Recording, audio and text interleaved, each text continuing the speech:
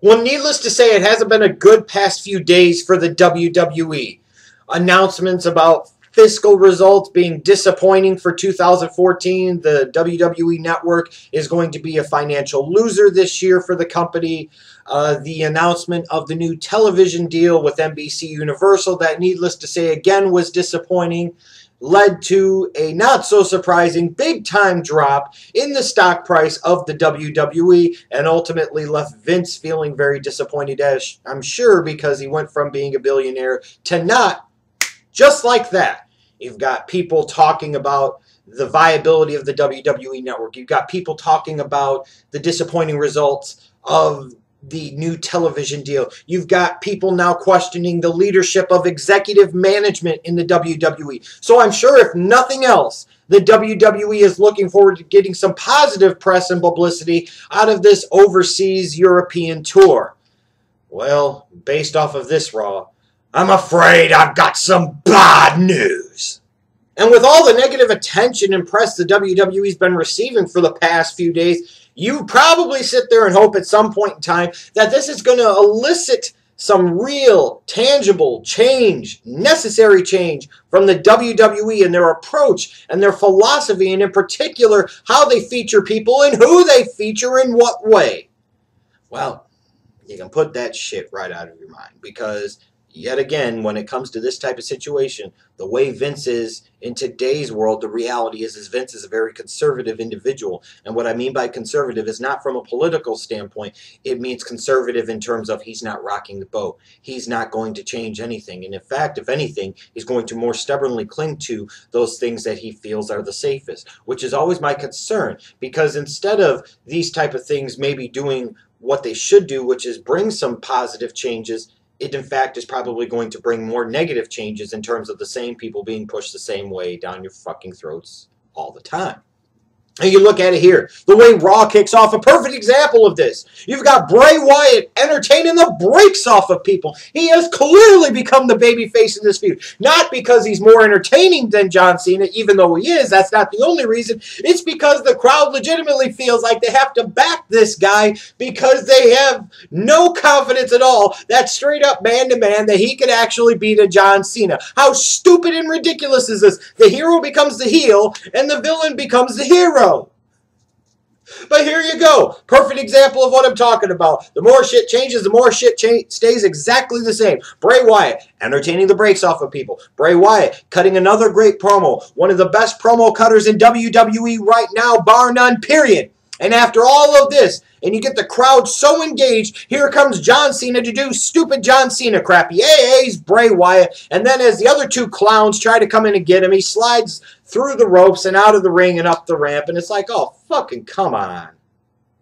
Oh, and John Cena versus Luke Harper is the main event of the night. Doesn't take a rocket scientist to figure out what type of bullshit way that's going to end. It's been almost a decade of the same effing shit. And I don't give a fuck what people try to say to justify this crap. At some point in time, you must acknowledge that this is not healthy for your company long term, Vince McMahon. At some point in time, you actually need to stop paying lip service to this crap and actually start to do something about it, affect some real change, and create some damn new stars. Stop elevating people only to be served up to the John Cena fucking monster. Another thing that really frustrates me about the WWE is not only the fact that they push the same people in the same way month after month, year after year, but it's too often they have characters in the reverse roles. Like you look at John Cena, Bray Wyatt, again, a perfect example of Bray Wyatt's the face, John Cena is the heel. It's not hard to understand how that has occurred, why that has occurred, or that is the fact. Well, you look here, the first kind of match on this show this week, you've got Cesaro and Sheamus. Cesaro should be the babyface. Sheamus should be the heel. People want to like Cesaro. They want to cheer Cesaro. So, of course, the WWE, in all their infinite lacking of wisdom, has decided that they want you to boo Cesaro for the fuck all of it, just to fuck with you. And, oh, by the way, we're going to associate him with Paul Heyman, because, after all, that's why we had the streak end at WrestleMania 30, was so that way we could get heat on Paul Heyman. And then we're going to take Sheamus, who the crowd really doesn't like. He's a boring-ass babyface. He's going to make a boring-ass United States champion. And we're going to try and force people to cheer him even though they want to boo him because, again, he's boring. He's typically presented in the same damn way. And this match here, this is so stupid. This could actually be a feud over the United States Championship, at least if anything else. Not sitting there and just giving away a match for the fuck all of it for free, and then Cesaro has to win in some cheap-ass fashion because of Paul Heyman interference. You sit there and say, well, at least the heel manager got involved. Well, Cesaro shouldn't be fucking heel in the first place. And furthermore, why can't a Cesaro beat a Sheamus straight up clean? It's the same old garbage bullshit when it involves somebody with the Breakfast Club. They're supposed to be on one side of the fence. They end up on the other side of the damn fence. But yet the WWE sits there and keeps trying to put him on this side of the damn fence. And then afterwards, after the damn match, Sheamus tries to shake Cesaro's hand. It's like, what the fuck? When R-Truth came out with the Funkadactyls, I'm like, what the hell's going on here? Because they keep emphasizing on the bottom of the screen, Total Divas, Total Divas. So I'm assuming something was up. And then I'm like, oh, we're going to get him facing Fandango? Okay, what's going on here? I hadn't really read anything about anybody returning or anything. But you get the return of Summer Rae. And she came out bossy, bitchy, and a little bit on the hot side here. And I love what they did here. Is fucking make Fandango, whatever the fuck, a ladies' man. Have Layla want him. Have Summer Rae want him. Hell, hey, you should have had Naomi and Cameron jump in for the fuck all of it. Half of the Divas roster should be wanting to get in a sack with Fandango. This is awesome. I think, in my opinion, that both Summer Rae and Layla should be with him. But I'm curious to see how this will play out. And probably a feud, but a love triangle between Summer Rae and Fandango and Layla. The only thing I was hoping for was that they were just going to go fuck all with it and have Summer Rae and Layla make out, but I guess I wasn't going to get that, was I? So you knew at some point in time on this show you were going to get some type of address on the state of the WWE World Heavyweight Championship on the heels of Daniel Bryan's apparently successful neck surgery last Thursday. And here's Stephanie McMahon, of course, to drop the hammer, make the big announcement, which, you know, again, it seems like they're just never really had a long-term plan for Daniel Bryan with this belt. Now, maybe in part, yes, you could sit there and say you don't really know what's going on with the neck surgery and how long he's going to need to recover. I get all of that.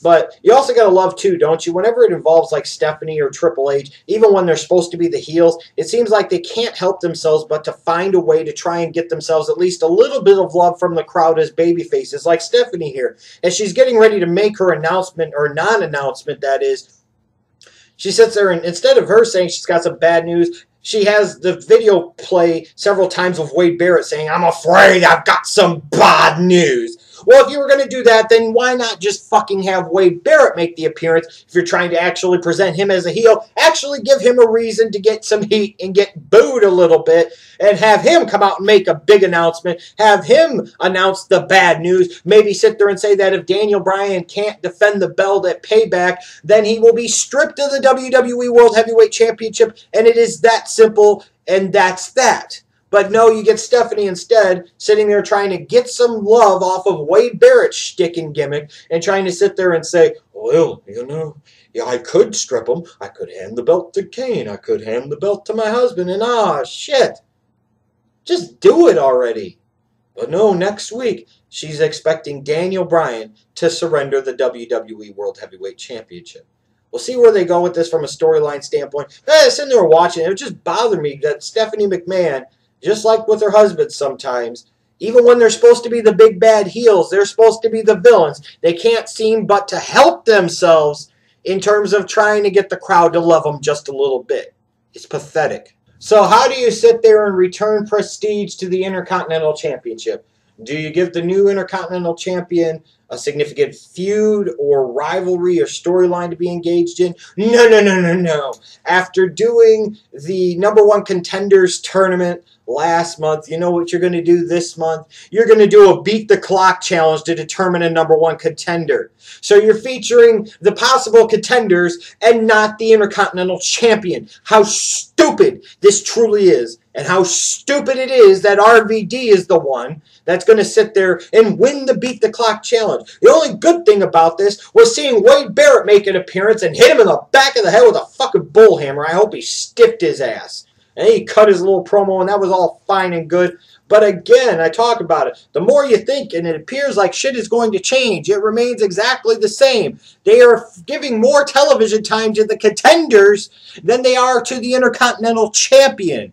They are sitting there and not giving him any storyline, any feud, any rivalry of any consequence that can lead to him being featured in a prominent way. You're over in freaking London, the UK, and you can't find a way to give Wade Barrett 10 or 15 minutes of television time? Just ridiculous. So racist Rusev has moved on from beating up the black guys like the R-Truths and the Big E's and the Xavier Woodses, and I guess we're just forgetting about what happened with Big E and Rusev last week. Now Rusev's going to beat up 2 white guys and an Indian. When they talk about WWE and their insistence on always booking the baby faces to be dominant and strong, and then wondering why the crowds are split or trying to blame the fans and say it's Bizarro World, it's a alternate universe. No, you create the alternate universe through your dumb-ass booking. That's exactly what happens. You look at the 2-hour main event for this week's show. You've got Seth Rollins, you've got Batista. One-on-one match. Now here is a perfect opportunity to sit there and try and get some real heat on the heels and actually try to make the heel faction look strong and dominant heading into the pay-per-view match in a couple weeks at Payback. You've reformed Evolution. They're back together after a decade apart. You do need to reestablish these guys. And having them lose at Extreme Rules and then having them look like they are afraid of the young, hungry Lions is not the way to do that, period. And even in this match, you've got freaking Triple H as the guest ring announcer. You've got Randy Orton as the guest timekeeper. Only people in official roles can sit there and be out at ringside. What a perfect opportunity. Get rid of the Shield. The 3 of them beat the holy piss out of Rollins. Don't even do the damn match. Or if you do, you sit there and make it a 3-on-1 handicap match and they beat the piss out of Rollins. You try and get some heel heat on the freaking heel faction. But no, here comes the other 2 members of the Shield, and they've been made commentators by Raw General Manager Brad Maddox. Oh, boy. And then the match ends up finishing in a washy DQ. Rollins wins because Triple H punches him. Because, of course, Batista, no way, a former 6-time world champion, could actually beat Seth Rollins one-on-one. Is that what we've gotten to? So now you even got God. This is how bad the babyface complex is in the WWE. It's gotten so bad that God, Batista, and Orton, 3 charter members of the Breakfast Club, 3 of your big-time deals, have come together as a faction in Evolution, and you are making them look like cowardly chicken shit heels and doing nothing to reestablish them as a dominant force that they were when they ran the WWE 10, 11 damn years ago. And eventually, I don't care what anybody says with Rollins and Reigns and Ambrose, you continue to book these baby faces in this way, you're going to start giving the fans reason to not be fully with them and, in fact, maybe start to turn their backs on them a little bit. Fucking Evolution. And you can't even get any real, genuine heel heat on them. You can't even do anything to reestablish them, to make them seem overwhelming or dominant or powerful or unstoppable or a real force. You make them look like standard coward chicken shit WWE heels. As soon as I saw that Alicia Fox was going to wrestle Paige here on Raw, I said, well, they're in the UK, so Paige ain't winning. I'll put it that way. I will put it to you as simply as I can. Alicia Fox is so much more entertaining than Paige right now that to me it would be a crime if Alicia Fox didn't win the Divas Championship, let's say at Payback. At least maybe, even though you're only doing it through matches, which bothers me just a little bit, at least you were attempting to give us at least a little bit of a story here, and you were giving us an interesting, compelling character with Alicia Fox. It's actually kind of hot to watch it happen. And god damn, is she knocking it out of the park right now. I don't give a fuck what anybody says. You take it right now, objectively. Take your hard-ons for Paige and put them off to the side. And think about this from a real objective viewpoint. Right now, who is the more entertaining diva to watch? Is it Paige or is it Alicia Fox? It's one answer, and it's not Paige. And if you really think so, get the fuck out of here. Oh, Zebby. He needs to stop being such a lemon. He needs to be a rosebud. Hop on board the Exotic Express. God damn it, I love Adam Rose and this whole shtick, this whole gimmick, this whole character. This is fun. And so I'm glad they had it there for the UK crowd, because at least the English crowd was going to appreciate it and get interested in it, and hopefully that translates over to the States. Damn it all, people. Not everybody needs to be so serious and do a bunch of flips. We could have some fun, have some different type of characters in wrestling. And by God, they're actually doing something to kind of sort of cultivate a purpose for a feud between Adam Rose and Jack Swagger. Ta-da! Let me guess how the show ended. I don't even need to have watched it, because I'll be honest with you, I turned it off before the main event match actually happened. Have not looked at any dirt sheets, have not looked at any results, so I'm just taking a stab at it. I'm going to see if I'm right or wrong. Either one or two things happened with the main event that I did not watch. Either A, John Cena beat Luke Harper 100% clean, and then he received a beatdown afterwards after he already established that he could beat Luke Harper easily, no problem. Or B, they booked it in a way where John Cena probably hit his finisher, the AA, then probably you had some running interference, so it's a DQ wash finish, but it still was established that Cena could easily beat this jobber jabroni compared to him. Then Bray Wyatt and his Wyatt family beat down Cena a little bit, and we're supposed to believe that this makes Bray Wyatt a credible threat to face off again against Cena straight up one-on-one at Payback. I'm sure it's one of the two, because God knows in no way are they going to have a Luke Harper pin a John Cena either clean or even, by God, by interference. And that's what I mean is, you're going to tell me which one of the two it is. I'm assuming it's either number one or number two, because there really can't be a third alternative. That's how pathetically predictable the WWE has gotten, in particular with their main event people, in particular with the way they package and present John Cena. You got to shake shit up at some point in time. If it gets to the point where people tell me in the comments, and again, I'm being legitimate, this is 100% shoot, I did not watch the main event. I did not. I did not read any results. I didn't look at social media. I didn't tweet about the show last night, because I wanted to see just how predictable the WWE is in the way that they book their product. Because if I can already know what's going to happen in the main event before the main event happens, there is no reason for me to watch it. And if that's the way it is in the main event, then I could probably predict other things that happen throughout the show. Then it gets to the point where I ask the question, why would I watch the show if I already know what's going to happen, and more likely than not, I'm not going to like the results? You know, maybe it truly is time for the WWE and their executive management to look themselves in the face and ask themselves the biggest question of all. What in the fuck are we doing?